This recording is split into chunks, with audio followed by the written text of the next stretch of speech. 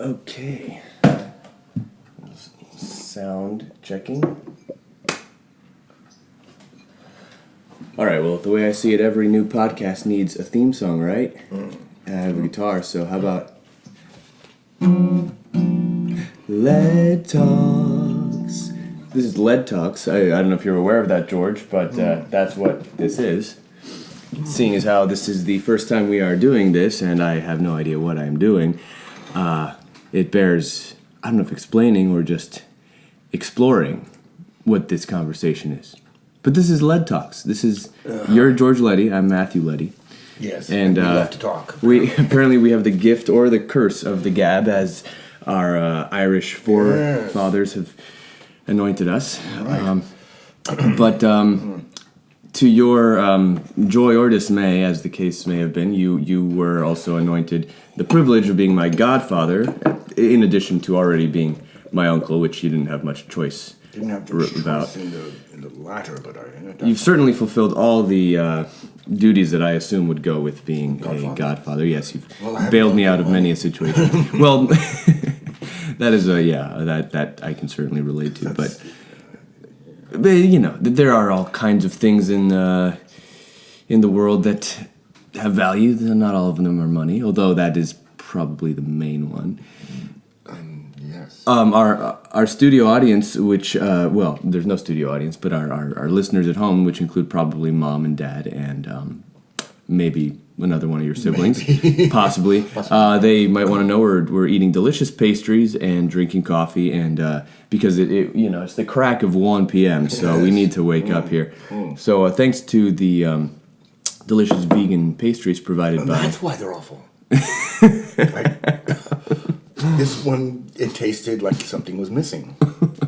Probably the animal parts, yeah. It's gluten-free as well. Oh yeah, it's local, organic. We know the names of the farmers probably.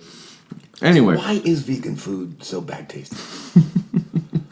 I mean, if you add garlic and salt and pepper to most things, it'll taste a lot better. well, I will say, I lean vegan, but lean is the key word there because the vegan police would say I'm not worthy because I make exceptions every now and then. Yeah. But I will say a lot of the vegan folks who are in the food industry they spend a lot of time and energy trying to replicate the flavor of something more meaty or fatty or delicious. But yeah, you got to find that balance. I think that we'll probably do a whole other podcast about that. But that is actually the first topic I wanted to delve into is podcasting. Why podcasting? I mean, I figured I have a microphone, a computer, so I almost have no excuse not to do it, other than the fact that to spare listeners my rambling mouth. But you listen to podcasts, I assume, and well, not as much as I used to. They're coming back. It's a thing again. For a while, it was. I remember when Apple was promoting podcasts, and of course everybody was listening to them on their iPods. I've heard about that. The iPod. And that was how it got its name. And it's used a lot in education. A lot of lecture courses are podcasted. If it has the rhythm and pace and intensity of radio, I think they're quite listenable. But for the most part, they are. Today's lecture will be on the chemistry of radioactive isotopes. That that definitely rings true. Pardon me, I'm mid-bite here, but I just started listening to podcasts recently, mostly because I'm more of an oral listener, AURAL. And if you're driving around or commuting or what have you, it's easier to just pop in your headphones and you're getting edified as you move along. As you even wash the dishes. I mean, that's the wonderful thing about the listening medium. What I always liked about radio was that you could be doing just about anything listening to the radio, which isn't true of all the screen time we give our devices and television sets. They really do chew up our attention in ways that apparently now we're finding affects the brain. Completely. Even to the point where the presence of a phone on the table will change the brain waves that people are generating. Just the sheer expectation of screen time. Absolutely. And not to, I'm not one of those people who says, oh, you don't ever touch an electronic device because you're going to get cooties or whatever. But there are studies I saw recently that they had, I think, some bugs that were. Pardon me if I'm butchering this story, but it had to do with basically bugs and Wi-Fi signals, and the bugs that were exposed to these Wi-Fi signals, whether it was from a phone or otherwise, they either died off or simply didn't want to keep spawning and behaving like bugs anymore. Right. So it really threw them off, and we're exposed to these devices day in and day out. So with that being said, listen to it. In my house. I did find a cockroach the other day. Maybe I'll just keep more Wi-Fi devices around to keep them at bay. Well, I find that there are podcasts that are very informative but also boring. Some that are very entertaining but not always as informative. You got to find that lucky trifecta sometimes where it's entertaining, informative, and what would be the third one? I don't know, the X factor, perhaps something unique about it. Well, I think what's really pushed the ones that have been tremendously successful and gone viral and everybody listens to them are these stories that, the serial, budget right? behind them, yeah. Yeah. They have high production value. I listened to Malcolm Gladwell's podcast too, which it really has it's like his books, it's about real issues. It delves into stories, but his X factor is he has a unique way of looking at the world, and that was a revisionist history. I'm already plugging other podcasts, but it's same idea. It had a lot of production value. You could sort of hear all the sound elements, effects and echoes, and But it revisits parts of history that you sort of think you know about, but then he sort of pulls it on his head, and it's a completely different story, as the case may be. But anyway, if you haven't heard it yet, I do recommend it. Perhaps we could talk about some. Well, the one story that I do recall that really hit home for me, because I happen to know this issue. Help yourself to coffee, please. That's what we're all here for. You talked about these golf courses. One in particular, the one in not Bel Air, but Brentwood, and I used to reside in that part of town. And it always seemed a little bit odd and extravagant that all these acres were just dedicated to this golf course. Yes. And an expensive game. Which, that is part of our society. We know that there's inequality. There's the 1% and the 99% and all that. But apparently these people, shocking, I know, are getting away with paying almost no taxes on that land. Whereas if your regular apartment, is subject to certain taxation. These people weren't getting that because, well, again, shock factor. They probably have some people in their pockets, and they were able to make some laws, favor them. But anyway, that might be something to discuss later. But I digress. Well, it's agricultural land, and they're growing grass, so right. They can. There's always a justification. Definitely grass-growing operations. We could grow some grass and make that a thing, right? Speaking of golf courses, there's the Trump golf course in Rancho Palos Verdes, which is supposed to be this, 5-star, super fabulous golf course. But I've wanted to do this. Of course, now that I'm announcing it on your podcast, I can't do it anymore. But it was to creep out there at night, jump the fence, and then on the fairway use like bleach and write "fuck Trump" on the fairway. Right. And then everybody playing golf the next day would have to see in huge letters "fuck Trump." What could you do about it? They couldn't mow it away. Maybe that would have swayed them. Maybe they would have seen that and said, "You know what? You're right. F Trump is correct." But you're right. You can't do it. That was going to be my guerrilla. Rule 1: if you're going to commit an illegal activity, don't announce it to tell people and broadcast it on the internet or anywhere. Well, I'm just giving somebody else the idea. Well, there you go. No, that would make me the intellectual author of the crime. Well, I forgot to mention who you are besides my godfather, which is the most important title you hold, I think. Yes. But you are an academic. Since you were a student now to being teacher, can I call you professor? Is that? You can call me Excellency. You can call me Doctor. Highness. The Highness. I like Excellency. Doctor. That title, Doctor, is just. It's lovely, but a bit confusing because someone call a doctor. Oh, well, I have a PhD in history. the standard. In fact, that's the standard comic routine. Is there a doctor in the house? I can tell you all about Greco-Roman. So, okay, that's not going to save a life, but hey. And then there's Dr. Holschneider, which I won't go into now. Holschneider. Yes, he's a certain doctor that lives forever. He's about 110 years old now. Is that so? Yeah. Holschneider. Well, we are very good here at fake German accents, yeah, and hopefully we can offend some people. Well, Wunderschnitzel, yeah. yeah. Anyway, in case no one's noticed yet, we're kind of winging this, but we figured here at Lead Talks at our headquarters, which happens to be this wobbly table adjacent to this wobbly wall. Tiny little filter, yeah. But yes, our purpose is to learn new things. At least that's my purpose, and I figured why not share it.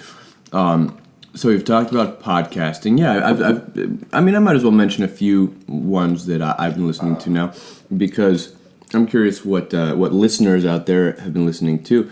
It sort of helps us all, share style, if anything.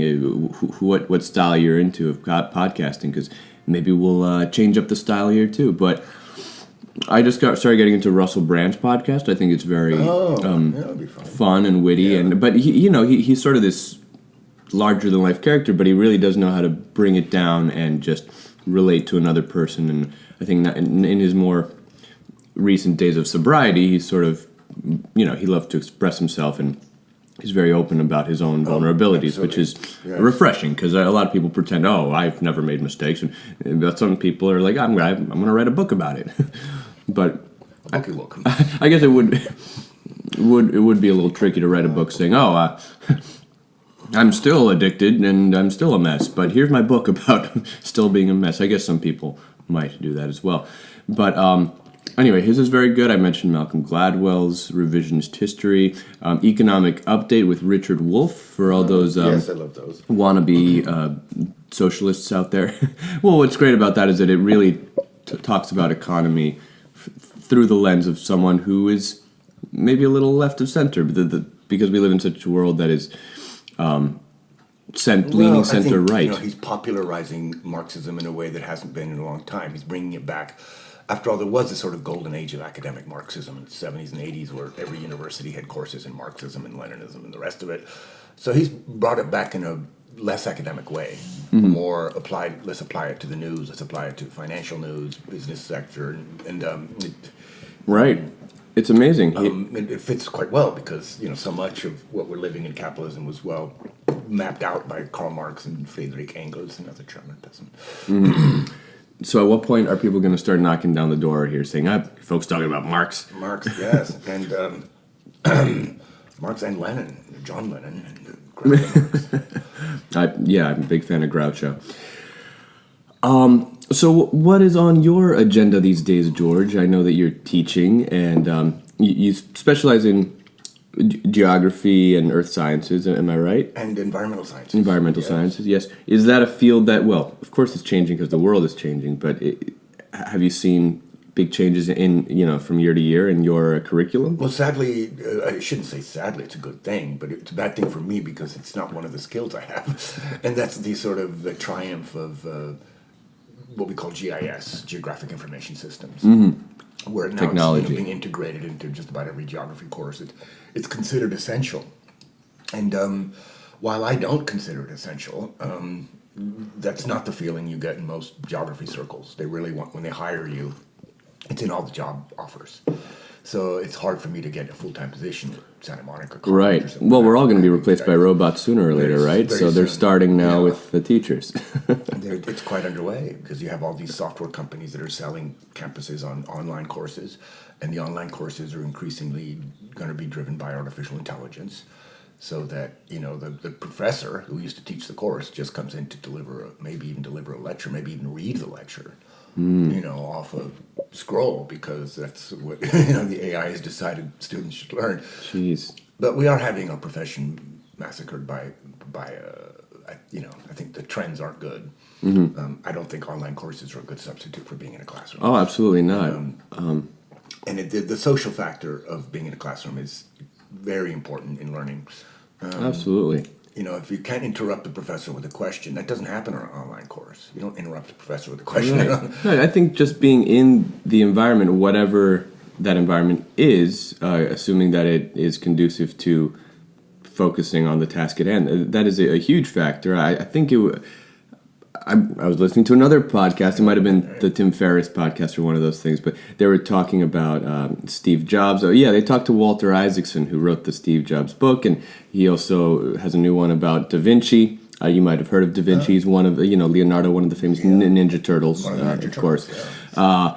But they were talking about how, in the case of Jobs, he just thought that environment was so important to just lead people down the right road of the task at hand. I recently went to a sort of health retreat that I told you about, and some people there were sick with ailments. Some people were just there to for preventative purposes to make sure they stay on a healthy road. But the point is that it wasn't built to look like a hospital. It was built to feel like a resort, and so.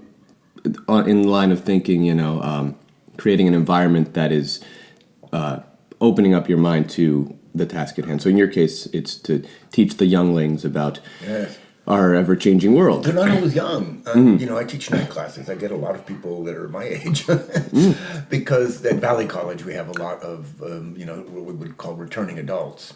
In many cases, they're just polishing their English because their English is their second language. So mostly they're from Armenia. Yeah. So it is funny when I get funny questions about my quiz questions. Give us an example. Come on, that sounds like a good setup. Well, there's words that you think you can use in a college-level science course, but you find out usually, surprise, surprise, that, at least there's going to be one or two students who have no idea what that word is. And they need for you to translate. We all, it's always easy to sort of laugh at first when a foreigner butchers English, but then you think to yourself, how many languages do you speak? The typical American, typical English speaker speaks none, right? And they don't even speak English. That was the president. Yeah, tell me about it. And then we had W. He didn't speak the language very well either. I think monolingual. I mean, so much that even his name became just a letter in the alphabet, W, and it wasn't even pronounced correctly. It's W. Well, it was Texas. W, we love you. Stick to painting. That's all I'm going to say, okay? I agree. This rehabilitation of W by the Democrats did make me a bit nauseous.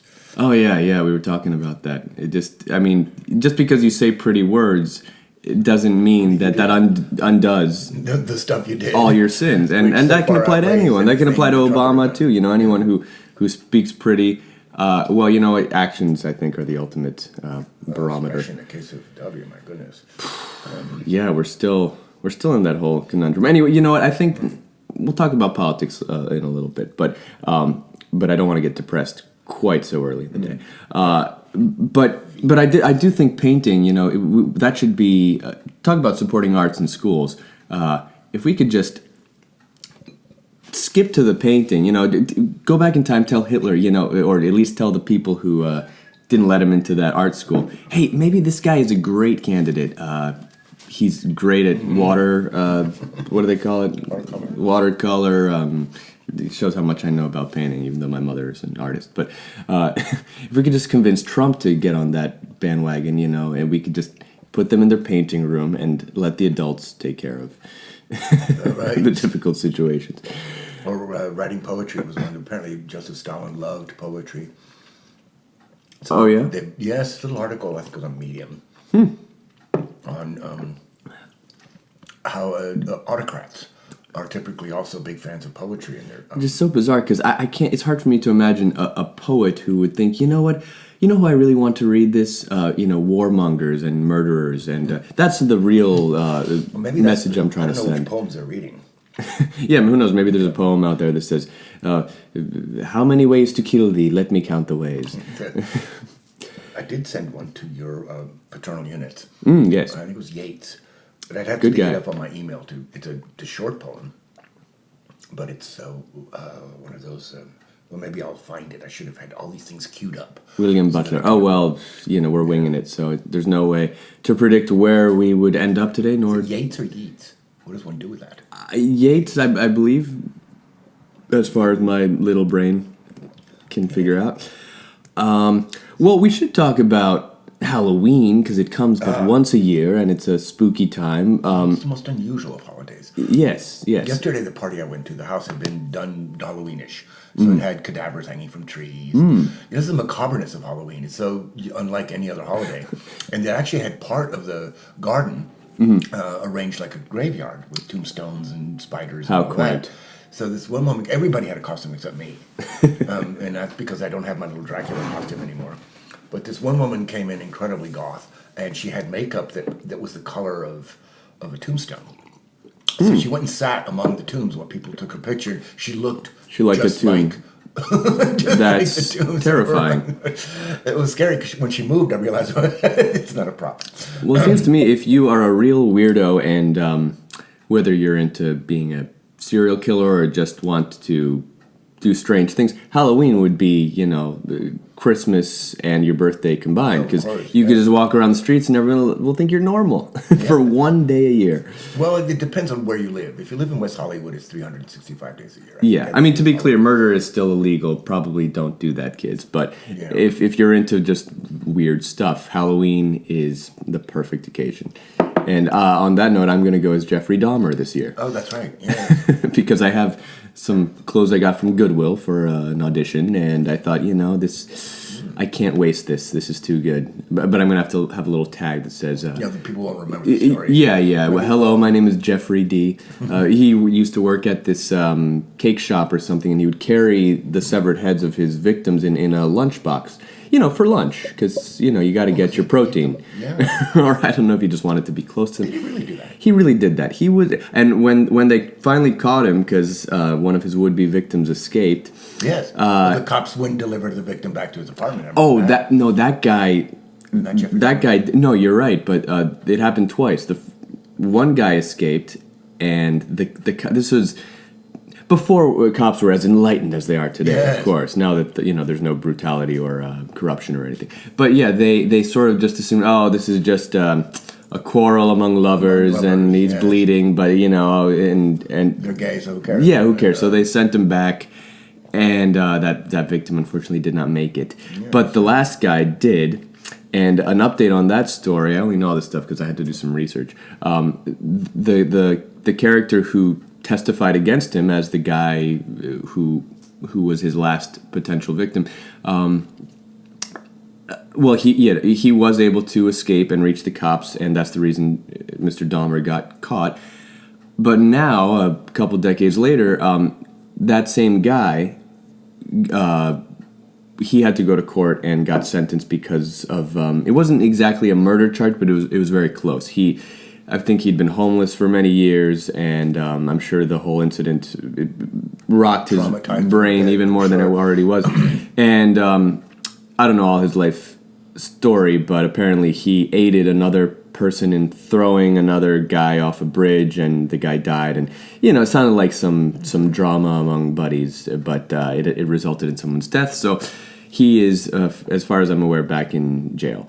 But yeah, these things get recycled, these traumas, and right. I'm sure that if you almost got murdered, you would be a little out of sorts as well. What's interesting about the Jeffrey Dahmer story, I don't know, maybe you can corroborate this, but that it was assumed that somebody that twisted had a twisted childhood.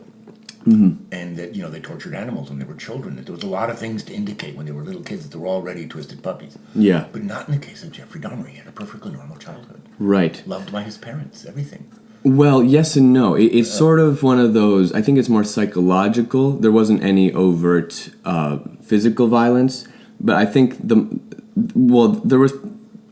The parental units were often going at it. Their marriage was disassembling over many years. But from all the video clips I saw about it, it seems like a couple of really important things to consider in the story are as follows.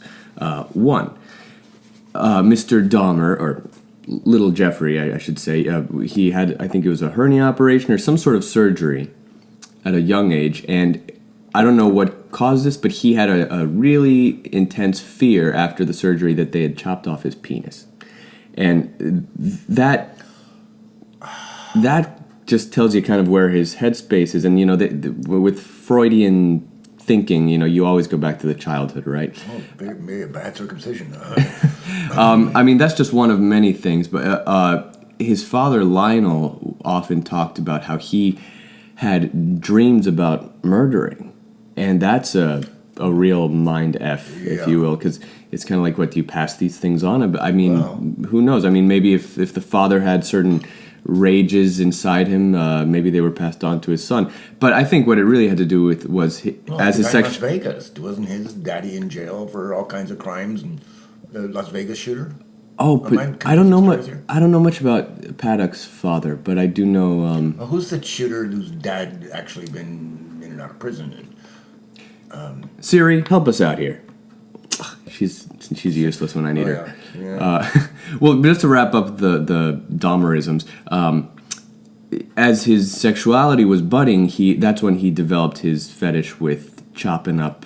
This is a great first podcast to delve into these things. Right, we have to. I mean, real life horror, it happens, and it's been a couple decades, so it's not too soon. But but anyway, he had this fascination with chopping up animal parts, and he started to get this grotesque fascination with the idea of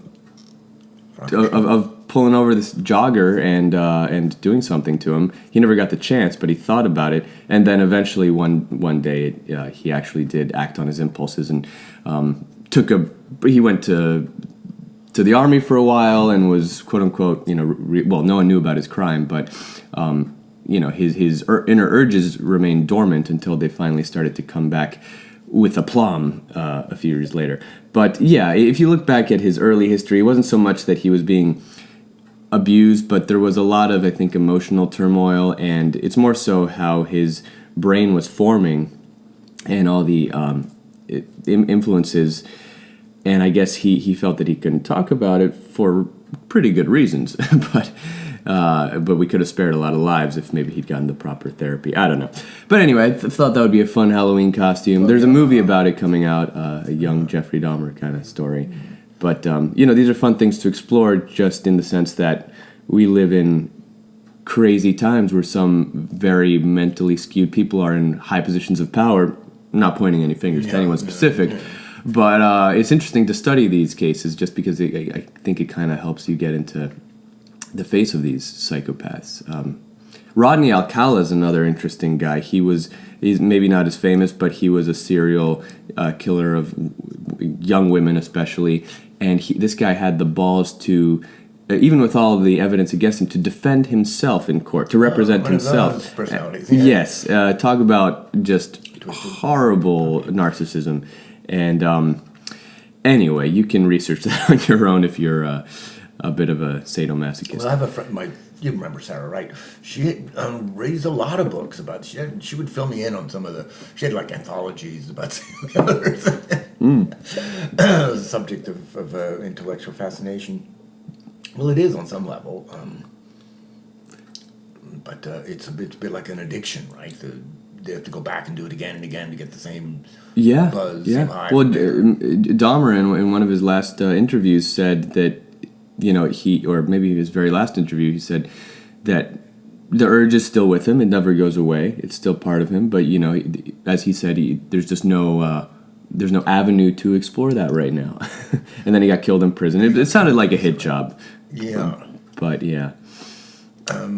Like set up by the prison guard for another. Yeah, they had these three guys cleaning a certain area, and they were unsupervised, and they knew that this other black inmate wasn't a big fan of Jeffrey, so it kind of seems like all the puzzle pieces were there to just do this guy in.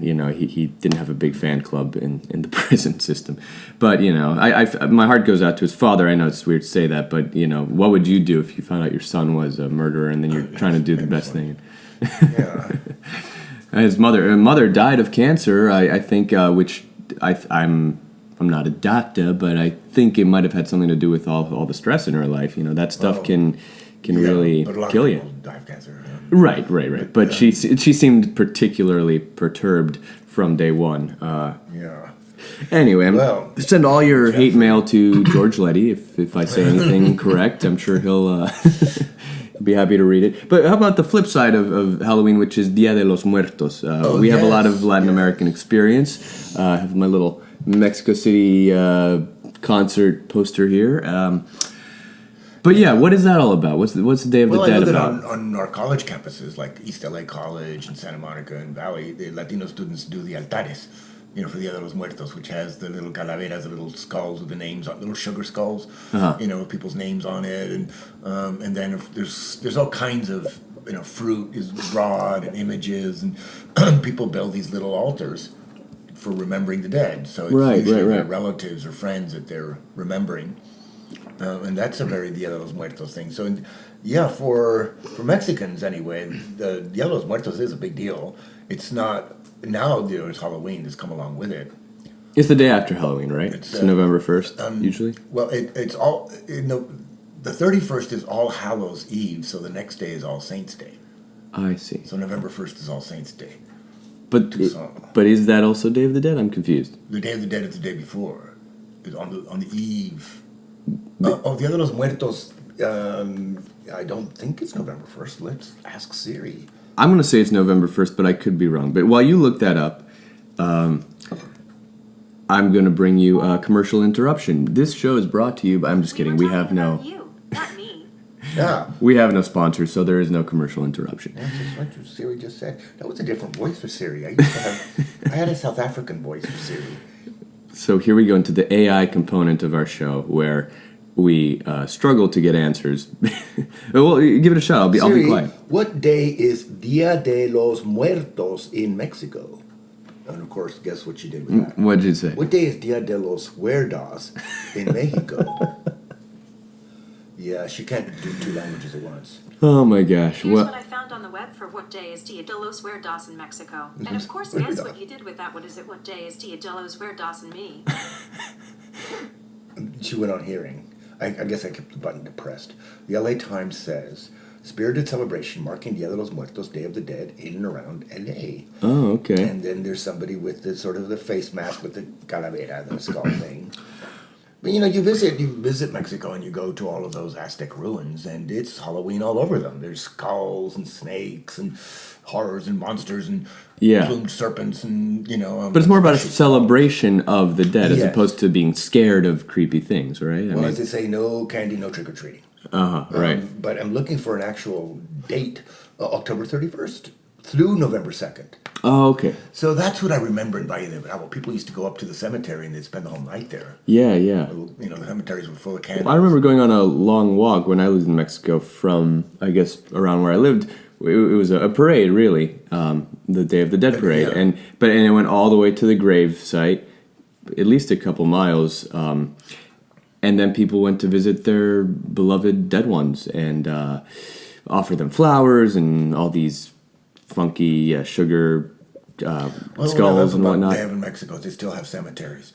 In the United States, we've gotten rid of cemeteries and we've replaced them with lawns. Mm-hmm. In some cases, there's no gravestones even. The gravestones are actually flat.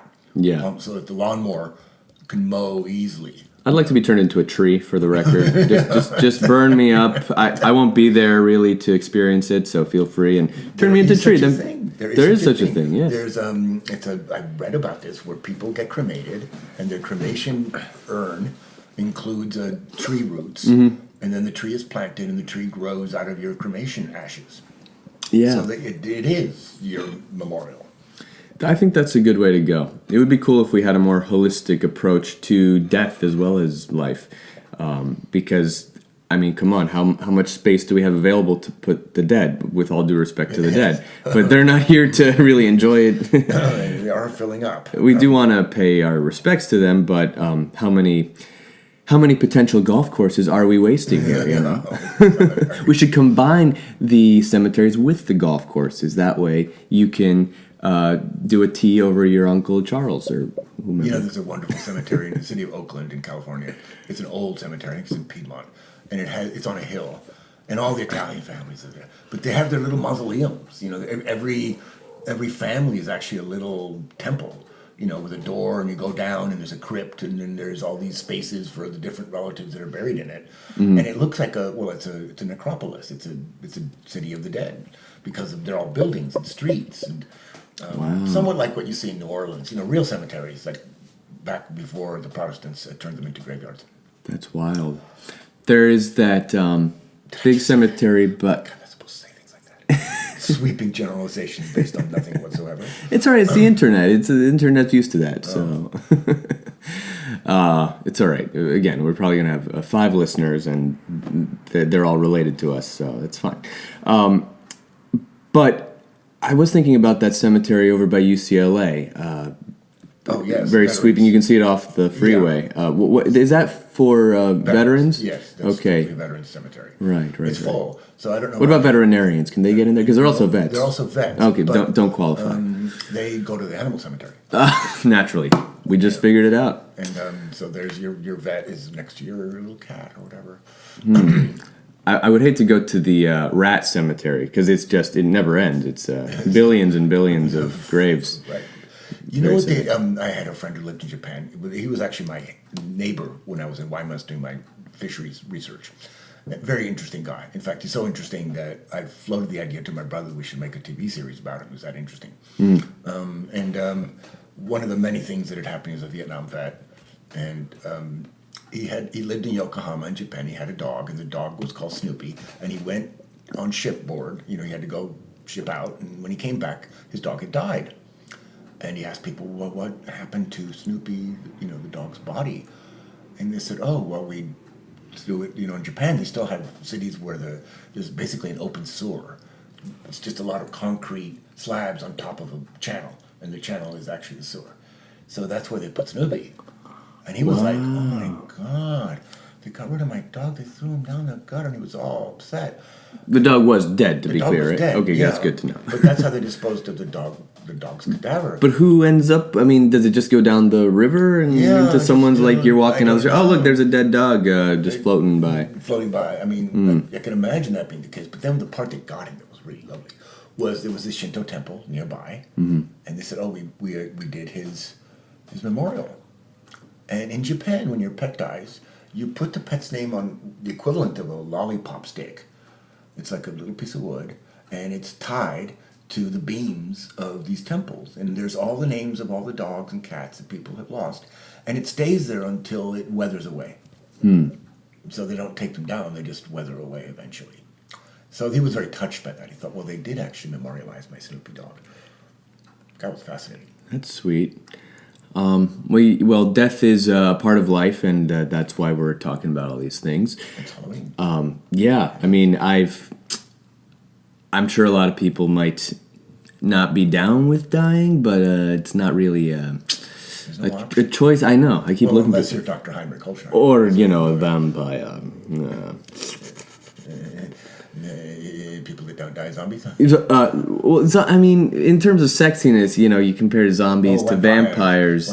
And zombies just don't.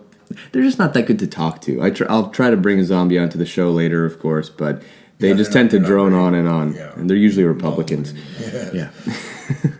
Well, Anyway, something that no does offense. upset me, and I must say, is that people go around saying Dracula.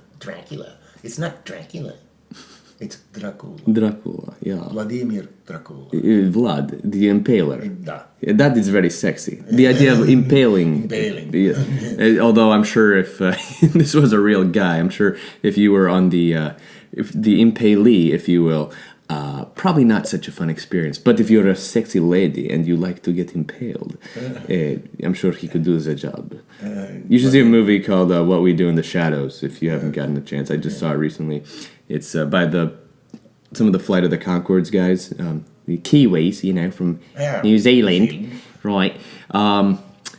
Pardon my terrible Kiwi accent, but very funny stuff. Apparently, a lot of vampires settle down in New Zealand because it's great climate And the hobbits are there to chew on. Right, exactly, and they run into werewolves sometimes, and they hiss, and then the werewolves go oh, and that's just a regular day in Halloween land. Well, speaking of things that get under my skin, the way people pronounce words, Frankenstein. Right. Frankenstein. And it's not Frankenstein. It's Frankenstein. Yeah. I still, I'm embarrassed to say, I still haven't seen the Mel Brooks Bride of Frankenstein. I'm sure everyone's unsubscribing to this podcast right now upon hearing that, but yeah, Mel Brooks. I'm a big fan of The Producers and many other things he's done. Favorite movies of Blazing all time. Saddles. But I'll have to watch that this week. I'm a concierge. That's Duly my favorite noted. line of The Producers. Well, I thought I got to see the original cast do it on Broadway. Matthew Broderick and Nathan Lane. They'd come back to. They had already been in it for a while. They left, and then they came back for a limited run. And it was the only time I've paid full price for theater tickets. I think it was like it was over $100, which at the time for me was a lot of money. But obstructive view, so you're paying $100 to basically lean your head over a column to try to maybe get a peek of the lead actor. And then I had seen it one time prior with the replacement cast, so I saw it twice. They were all great. It was such a great show. Now I got to try to find my way into seeing Hamilton, which is here at the Pantages for a little while. That's been extraordinary. But apparently there's also a new... in the spirit of good satire, there's a new show called Spamilton, playing over at the Kirk Douglas Theater in Culver City. So I don't know if that's also with the guys behind what's the show? Spinal Tap. Spammel Tap. The other spam show.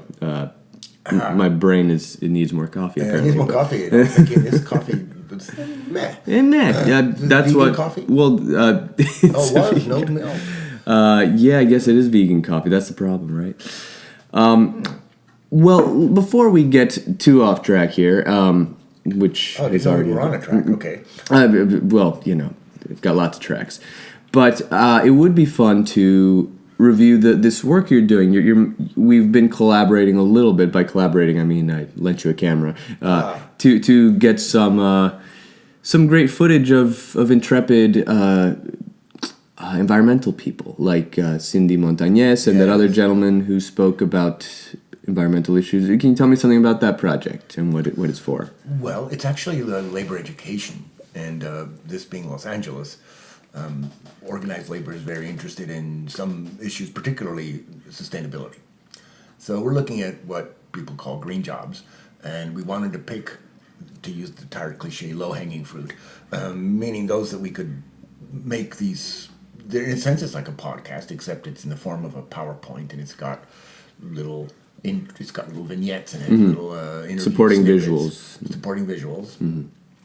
We were getting very ambitious. We even were thinking of animations, but that's out of the question at this point. We're so late with the project. But the idea is to look at things like water conservation and energy efficiency in buildings, and what jobs people are getting that are good jobs in those areas.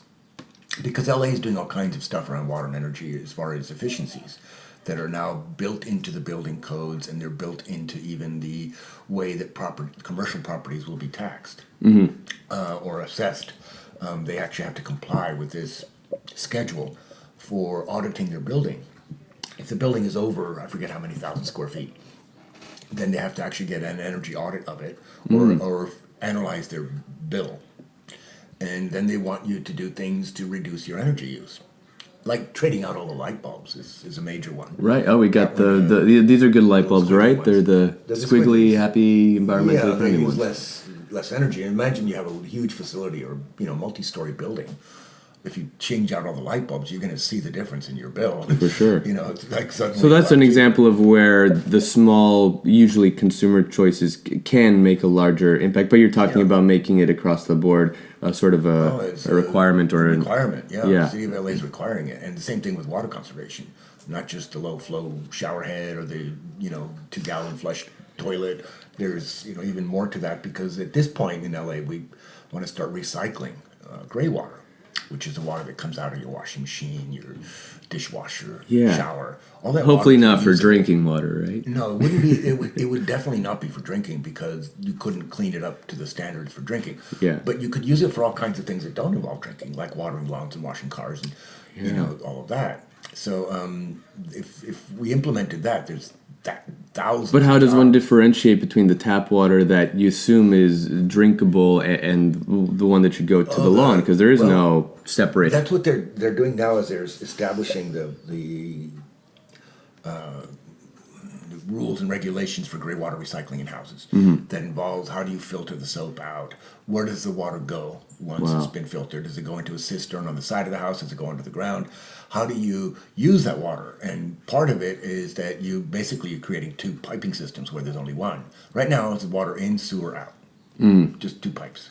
Well, with gray water recycling, there would be water in and there would be sewer out, but inside the house there would be gray water recycling, and then the remnant of that goes. So it's within the individual home that this recycling happens. It would happen at the home level. Now, there's also the possibility of recycling or using twice wastewater, which is a much bigger deal because there you have, like Orange County does. They actually clean sewage to drinking water standards, and then they put it back into the aquifer, and then it's pumped out and people drink it. Wow, that's quite a sentence. There's the no factor. Yeah. People call it toilet to tap. It's a bit of a You should put that on a water bottle. Toilet to tap, fresh for you, only 99 cents. They should, because we can't afford to use water once. Yeah. And, population's still growing in this region. It's like the demand for water is not going to go down. So right now, when I you use my tap water for whatever reason, it goes down the drain. Where does it go? These are very basic questions for a very basic mind here. Yeah. Does that water never see the light of day again? Does it get recycled in some other way? It goes into a sewage treatment plant. So it's mixed in there with all the sewage. They're mixed together, so there's no distinction. Once it enters the sewer, it's just sewage. Wow. It goes to a sewage treatment plant where it gets clarified and treated. And then what's left over gets, in the case of the San Fernando Valley, that gets put in the LA River and it goes out to sea. LA River, the sea, yeah. That's those once it's poor treated. fishies, yeah. And actually, the standards for that water have to be really high, even though it's not potable water. But one of the things you might see more and more on some grounds of buildings is a purple pipe. And the purple pipe means it's recycled gray water, not for drinking. Wow. And it has a different circumference, it has different threading, so you can't attach a hose to it. They have all these little ways of making sure people don't accidentally. All these things we take for granted because I remember back when I lived in Mexico, I was shocked to see that usually the housewives, not in all cases, but in many cases, because people didn't have washers, they would do the washing in the little rivers with the soap, and then the soapy, dirty water would just go down the river. But in many ways, we're not that much better than that. I mean, with what you're saying, in terms of efficiency and just conservation, we're only a few steps above that. Well, we do try to treat our surface water, more gently than throwing detergents in it. But if you go and sample the surface water in LA, the LA River, its tributaries, you're not going to find clean water. Yeah. You're going to find some pretty dirty. Think of all the storm drains Right. that empty out into the LA River, and that's got, car grease, motor oil, and everything in it. So in that sense, urban surface water is really dirty. It's just not necessarily sewage. It can be if it rains a lot. Some of the sewers can back up into the surface. Yeah. And then you get the fuchida. I'm surprised you don't. You drink the tap water without filtering it, huh? Right. Because I've gotten more into alkaline water and all that, just Yes. because I've become a little OCD about those things, But I'm very trusting. Well, the thing is, I've been on a couple of tours. I'm just, with all I'm just surprised that you are okay with that. I think tap, or at least where I drink it, which is in Van Nuys, is really, really good. It's very, I'm not, what I worry about in tap water is what we worry about in water anywhere, is that it has microplastic in it. And there's no way of treating this water to get rid of the microplastic. So Plastic is going to outlive us all. Like they said in The Graduate, plastics, kid. Plastics is that's the the key future, word. yeah. It'll be the record of the Anthropocene for future geologists from other planets. So we'll come here as, where's the plastic layer? There it is. There they were. Well, that was that whole George Carlin bit, right? About that maybe we're just vessels to create plastic. Plastic is really the ultimate climactic, residue of our human civilization, and they're the kings, really. Them and cats. It's their world, and we just live in it. Yeah. That's definitely true of my cat. She did teach me how to sleep, though, because she sleeps most of her life. That's great. That's a great. Yeah. I mean, who knows? Maybe when they look asleep to us, but maybe they're in a whole other world, like in the Upside Down in Stranger Things. They're in a whole other dimension. I mean, who's to say? Who's to say that we're not in a simulation? It's actually run by cats. Yeah, or when we're sleeping, that's when we're in real reality in our dream world. These are just some thoughts to ponder, folks, while you're under the Well, influence we of. haven't influenced anything. We haven't done any influence. Well, I would never dare do such a thing, George. But no. Isn't it almost But- legal? Oh, it's almost legal. January, is that when it gets legal? Yeah. So that's I keep seeing things, just people just trying to get into that business. I'm sure it'll have a lot of Yeah, hurdles, it's but nothing like market opportunity to arouse that great imagination of the average gringo. well, of all the money to harmful make, things Bob. in the world, that is one of the least harmful things that I can think of. Yes, you could be buying stock in weaponry or artificial intelligence, or drone warfare. Well, I'm just worried that that our military is not going to be okay. I mean, do they have enough money? Do they have enough of our taxpayer dollars to succeed with their missions? This is actually a perfect tangent into sort of the last area I want to cover. Maybe not an elegant transition, but we talked about Halloween, Day of the Dead, Jeffrey Dahmer, etc. But what are some real things that scare you? And next episode, I do want to talk a little bit more about politics, not because I particularly enjoy the subject, but because it is going to be November 4th. That is an anniversary of our Orange in Chief Installation, getting yes, the great elected. show. And so I'll talk a little bit then about my journey for Bernie and sort of what it was like to be an activist of sorts, which was a controversial experience sometimes. But in terms of, it doesn't have to be political, but what are some of the real things that scare you these days, whether it be in the world or just in daily life, or just spooky things that keep you up at night? Well, I know I'm not alone on this one because it's stuff I read about all the time. But I think everybody's fear is that the Trump is going to pick a war with Kim Jong Un, aka Little Pudgy, Rocket Man. Rocket Man Pudgy, and so Orange Cheeto. I mean, they really they both have bad hair.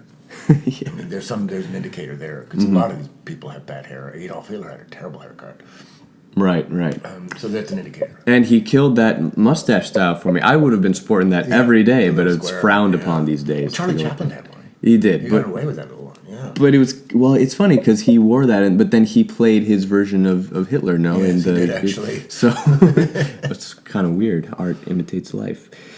So what does scare me is the possibility of a nuclear war, which I think, the Bureau of Atomic Scientists has already moved the clock to like 1 minute to midnight. But here's my question about that. And now one should never underestimate the Orange Pumpkin and Chief's, how should we put it? Just his inability to sort of be restrained.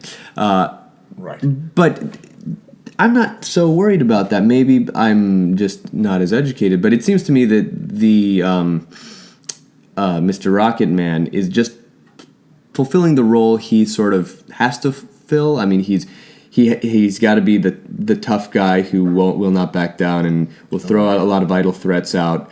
But knock on wood, none of this will lead to any action. Of course, hearing Trump say things like, "Oh, we need to take small military actions to prevent any further ones," that sounds like the first step of World War III. Yeah. But to me, it just sounds like a lot of words right now. Why does this actually instill fear in you? Because that means you think it's a possibility. Well, the hair trigger situation, Yeah. I mean, these are both nuclear powers. They've both got everything, missiles. They're aimed at each other, and on a smaller scale, it's basically East Asia, it's Japan, the Sea of Japan, and where now there's I don't know how many carrier groups the U.S. has sent in there, and those aircraft carriers have nuclear weapons on them. I mean, at least somebody I talked to who's in the Navy tells me a lot of aircraft carriers have nuclear weapons on them. Yeah. And there's actually a whole contingent of people on an aircraft carrier who do nothing but handle the nuclear weapons.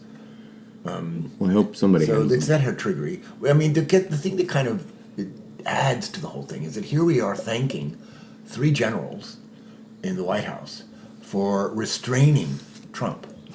It's absurd. We're in a situation where we're welcoming this essentially a military coup in order to save us. I can just from picture him some saying, of this. "I want to press the red button. It's right there." No, Mister Minefielder, don't do it. No, there was a bill in the Congress, I think in the House, that was to have the Congress remove the president's right to declare unilaterally a nuclear weapons use. Because he has that right now. Mm-hmm. He actually has the codes. All he has to do is launch it.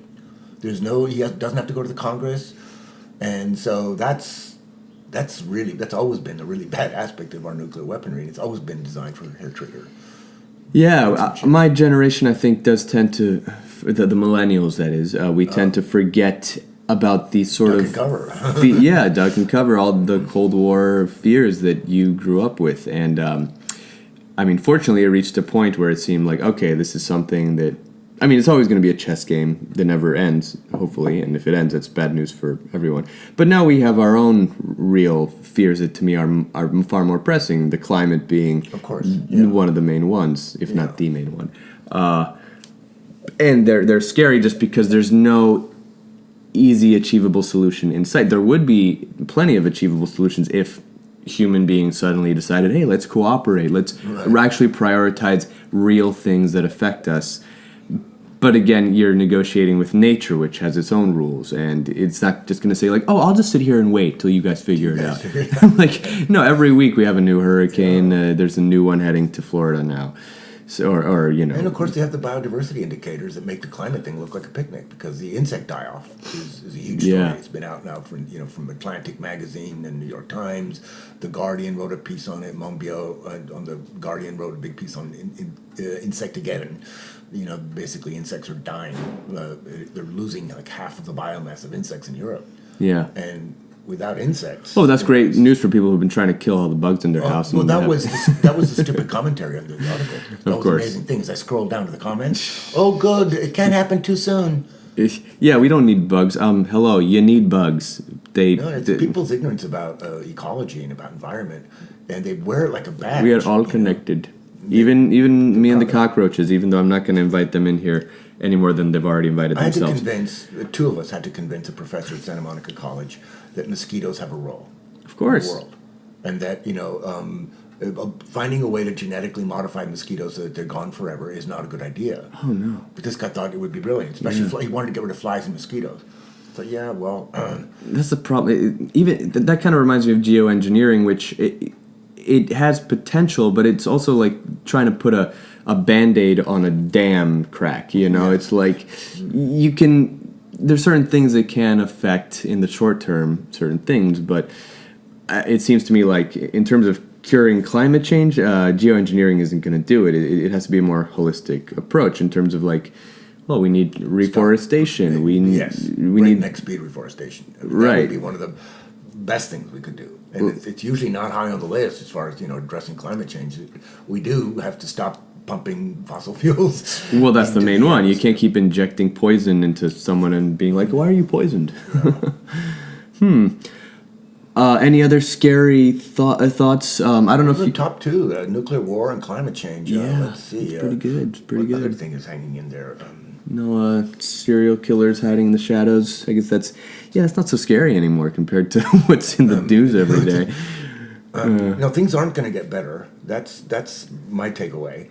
Is that things are actually going to get. Well, it's good not to give people false hope, because that in itself can be a drug. It's also important not to feel paralyzed. Right. But it's hard not to feel paralyzed. Stoicism, perhaps. I don't know if that's within reason. We're all emotional creatures, but don't. Yeah. You don't have to yell at your TV or your computer every day. Oh, tell Scott that. Oh my God, he'll hear this. It's all right. He does get worked up with it. We all have our friends or family members who love to get emotionally engaged with every single thing you see in the news. And I think after the election, just a part of my brain just went, okay, well, I tried my best, but I couldn't get Bernie in there. Sorry, spoiler alert, I was a big Bernie guy. Because, and we'll talk more about that next episode, but it seemed like, wow, someone's actually speaking about the issues that really speak to me, as a member of the 99%.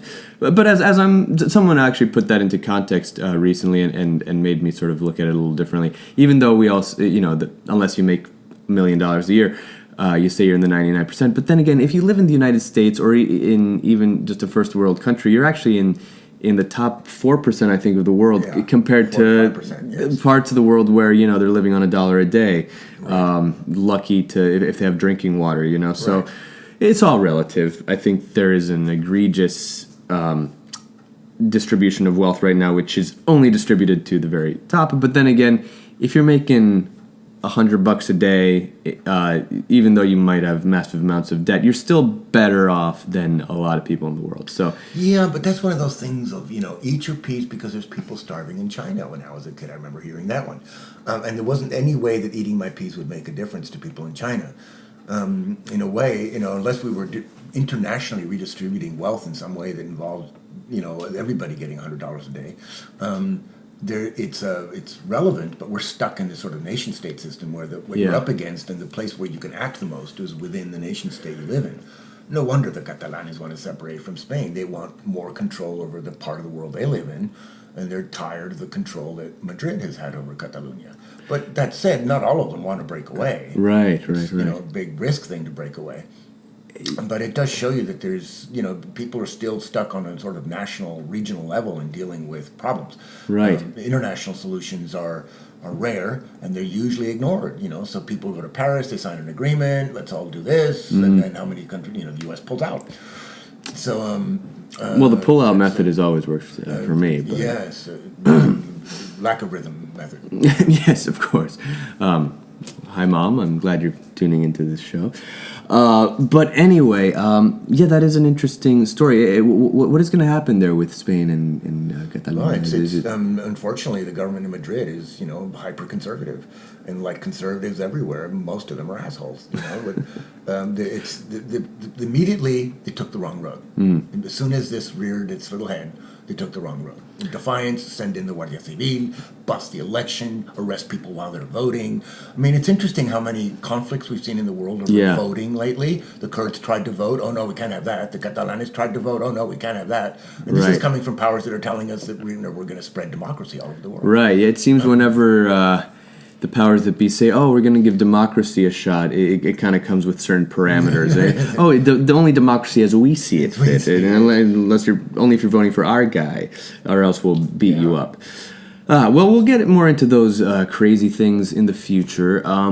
This was just meant to be an icebreaker. An icebreaker. Lead talks. Hopefully, that's patent pending. Hopefully, I don't get sued. Oh yeah, already. Well, I'm already investing in some beachfront property in the Arctic. So if you want to come to stay at my Airbnb.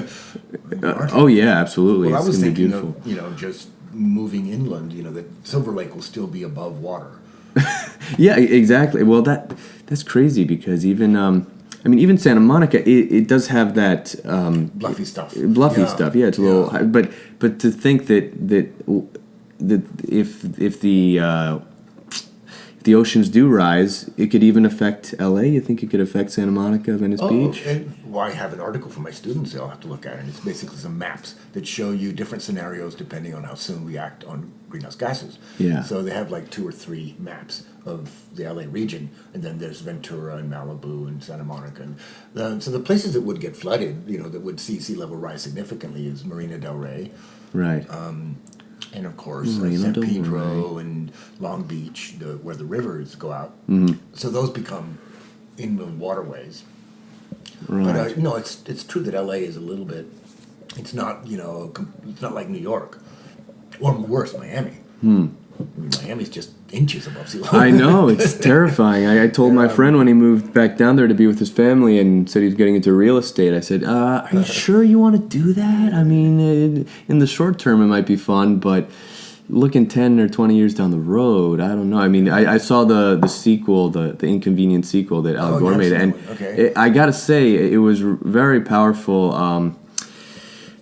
and just, I mean, you can't make this stuff up. As he's going to talk about this subject and update us on it, he goes through Miami with galoshes on, and he's getting his feet wet because it's a what do they call it, a sunny day flood. Right, and it's going right into the main streets there on South Beach, and I'm looking at these images saying, I used to hang out there, But pretty soon, it could be a whole other world. All the high tides now, it's normal for it to be flooded. People are nonchalant about it. Yeah. But that's going to be the first city we lose. It's sort of like lobsters when they're getting heated up. They're like, oh, it's just a little warm in here. No big deal. I'll be okay. Well, anyway, we don't want to depress our audience too much. I thought that was the whole point. Well, the yin and the yang. You can depress them, then I bloviate and give them some Can't platitudes. we do an ad for Prozac? And get some Well, we're hoping right- Prozac will sponsor us. Well, Yeah. we'll sell out to Big Pharma in a heartbeat if they'll offer for the right price. Because the only way you can stand this podcast is if you're on Prozac. Pretty much. So I just wanted to wrap this up by giving a couple announcements. Hopefully by the time I put this up online, I will have made a little group page on Facebook. I guess I'll call it Lead Talks Discussion Group, something like that. Because we want to hear from you, the intrepid listener. Because this should be about a community, sharing ideas. Even despite my bloviations, I just want to be a vessel for greater wisdom, which will be imparted unto me by great people like George Letty. He won't be my guest every time because I can't afford you. Yeah. But I did want to hear before we go. You mentioned a study that was done. We were talking about all the polarized different political ideologies that they recognize. Which, because I was saying, there's all this infighting on the left and on the right. What do you make of that, and what did it say, basically? Well, the part I saw came on the Washington Post, but it actually was summarizing a report done by the Pew Trust. And so it's a survey of American opinion based on like 5,000 interviews. Mm-hmm. So it's a pretty big sample. And it took time to evolve. So what they've done is sort of condensed 8 political positions, 4 on the right and 4 on the left, or if you could call them right and left, maybe 4 liberal, 4 conservative. But interestingly, what they discovered in this is there's some very interesting overlaps. Like there's, liberals who think the economy is terrible, that it's unequal, that corporations can make too much money, that they have a free reign, that they've deregulated the government, etc. And then you also have Democrats who don't believe that. Who think that Wall Street's fine, that the economy's doing fine. That and I remember, just attending an event that was, during the primary, seeing the kind of professional class that was supporters of the Hillary Clinton campaign. And it was interesting when I went to West Hollywood that almost everybody in the line, it was a long line, was white, middle-aged, and successful. Mm-hmm. Right. Or at least socially well-adjusted. I didn't see the sort of funkier people that I might have seen at a Bernie rally. Right. So it's interesting because it basically points out that our 2-party system doesn't reflect the fact that there's 8 parties. But those are 2 sides that I was already very familiar with, the sort of neoliberal cabal and the hardcore progressive, which really are just FDR Democrats. That's all they want, just a new deal, as Bernie said. But what about the other 2 groups? Do you remember what those were? I mean, on the left side. Are they different sub? We can save that for another time if you don't have it. I can post a link to that article. But it is very interesting because, I keep saying, we need a revolution, but I've been saying that for years, and it's hard to create a revolution when no one can agree on anything. All I do sometimes is say, here's an evidence of corruption, and it happens to be on the left, and people get mad at me because I'm pointing out that the left did something bad, but because we have horrible things going on the right, we have horrible things going on everywhere. Yeah. But it just seems that we should all be objective about facts, which I know in this day of fake news is hard to sometimes figure out. But that being said, it just seems like there's an impasse between a lot of people who should be more united, and I think the election is what created all these divisions. Well, I think the divisions were there. The election just brought them out into the surface. But we can't ever underestimate or account for the function of race in this society. Of course. And a lot of people's perceptions and opinions about race relations is exactly what makes these divisions. Yeah. I mean, one of the questions the Pew Trust article asked was, do you think that black people have only themselves to blame for their social condition? Right. And it was a yes or no answer. And then the hardcore liberals would say, no, the system that we live in has kept black people from opportunities, for a long, long time since slavery, and that's why you find black people in appalling social conditions. Right. So those are 2 different schools of thought, and therefore have different implications as to what should government do. The former says nothing. The government should do nothing. Yeah. And the latter says the government should have programs like welfare state and safety nets and so on. So those divisions are there, and I think that's where we should start, is looking at issues of race and class. Before we dive into the more well, how shall I put it? The more sort of popular social issues, like can transsexuals use the bathroom? And of course, I'm for transsexuals using the bathroom of their choice. Right. But it's interesting how that became a lot of the major parlance of the liberal left against the hatred and racism of the right. But it just seemed to me that a lot of these issues, which affect, very an important part of our population, but a very small part of our population, it seemed like a lot of these issues were distracting the larger debate about actual policy. Of course, we, as far as I know, we all support policies that are, fair and humane and that speak to justice to marginalized groups. But also, why did we spend collectively, in the news and on social media and all that, so much energy talking about these divisions as opposed to, minimum wage, healthcare for all, the issues that are going to affect most of us, as opposed to just a few people. Right. Not in any way to say these aren't important issues, but it just seems like sometimes, whether it's the right or the left, they grab onto certain issues that they can sort of use as linchpins to sort of.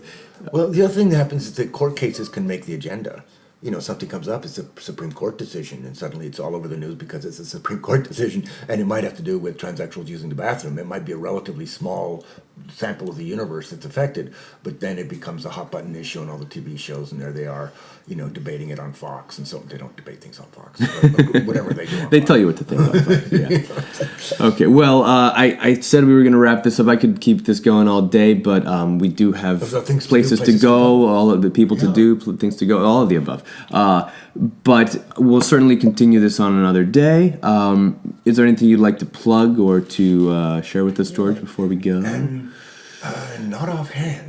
We'll have clips of that. Preparation is not in my vernacular, but we will share links to some of those video clips where people can get more educated about the water issue. Oh, right? yes, eventually those will be edited into something. Yeah, absolutely. So it's so you can stay tuned by checking out our Facebook page, Letty Set Go Productions. I'll probably make a page for Lead Talks, make a group for Lead Talk discussion groups. Maybe, so we can keep this conversation going. Tell us what you want to hear about. We just want this to be something fun. We might make fun of a lot of people, but we also invite everybody, especially those we make fun of, to join us. Yes. I'm speaking about conservatives, but because there are nice conservatives out there. I know I've met a couple. They're out there. Not everybody's clinically insane, but most people are clinically Right, there you go. Well, I think in this day and age, we're all a little bit insane.